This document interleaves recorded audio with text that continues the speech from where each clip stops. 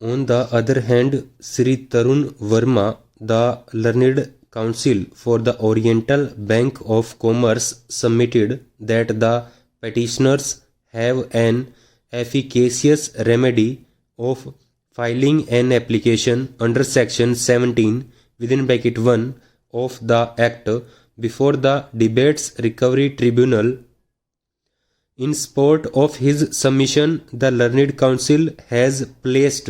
reliance upon a decision of the Supreme Court in United Bank of India versus Satyavati Tandon and others 2010 8 SCC 110. It was urged that after the declaration of the account of the borrower as NPA, the bank has already filed a suit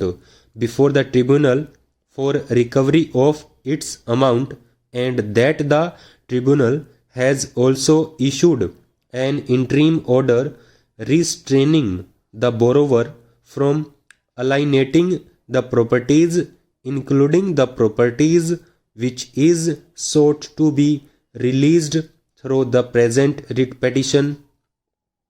The learned counsel contended that the appropriate remedy for the petitioner is to move an appropriate application before the Debates Recovery Tribunal, which would be considered, and appropriate orders would be passed by the tribunal.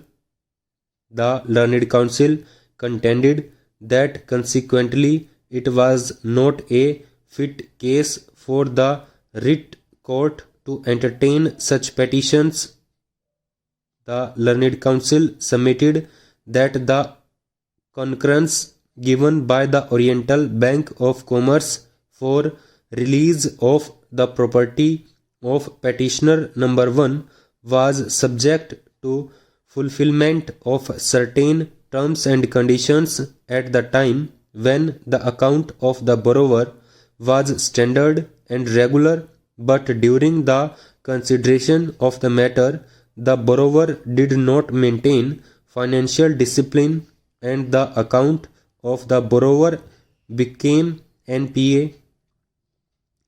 Such in the changed circumstances, the bank was not bound to honor the concurrence since the conditions were not fulfilled by the petitioners.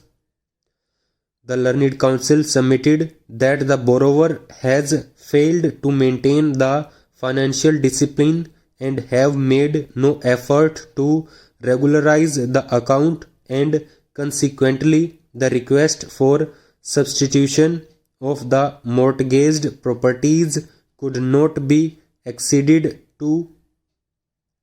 The learned counsel further submitted that the account of the borrower was declared NPA as per the Reserve Bank of India guidelines, and since the borrower did not make any effort to regularize its accounts, proceedings under the Act was initiated. The learned counsel contended that a valid notice under section 13 within bracket 2 of the Act has been issued, and the objection of the borrowers and other guarantors were considered and rejected under section 13 within bracket 3A of the Act, and only thereafter a notice under section 13 within bracket 4 of the Act was issued, and now an application for recovery of the amount has been filed under section 19 of the Recovery of Debts Due to Banks and Financial Institutions Act 1993.